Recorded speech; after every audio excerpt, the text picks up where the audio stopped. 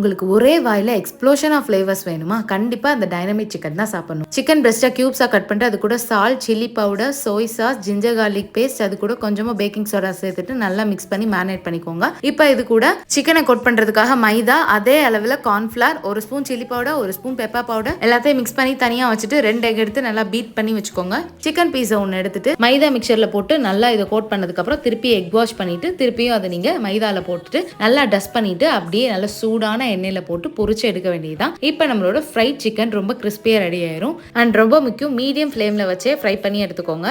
இதை நம்ம ஒரு சாஸ் போட்டு கோட் பண்ணிக்க போகிறோம். இதுக்காக நான் கரெக்டான ரேஷியோ சொல்கிறேன். ஒரு 5 to 6 ஸ்பூன்ஸ் ஆஃப் மயோனைஸ் எடுத்துக்கோங்க. அது கூட 4 spoon chilli sauce, 4 spoon tomato sauce, கொஞ்சமாக சில்லி பவுடர், கொஞ்சமாக பெப்பர், அது கூட கொஞ்சமாக கார்லிக் பேஸ்ட் சேர்த்துட்டு நல்லா மிக்ஸ் பண்ணிட்டோம்னா நம்மளோட சாஸ் ரெடி ஆயிரும். இதை சிக்கனில் ஊற்றி கோட் பண்ணிட்டோம்னா டைனமைட் சிக்கன் ரெடி. சாப்பிட்டு பார்த்துட்டு மறக்காம நம்ம சேனலை சப்ஸ்கிரைப் பண்ணிக்கோங்க. பாய்.